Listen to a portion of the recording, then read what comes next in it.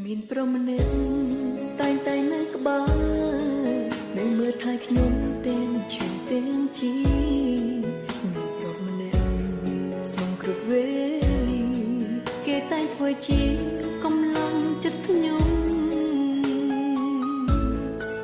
មានប្រមម្នាក់មិនដែលរអ៊ូតែងតែតស៊ូលំបាកក៏ត្រង់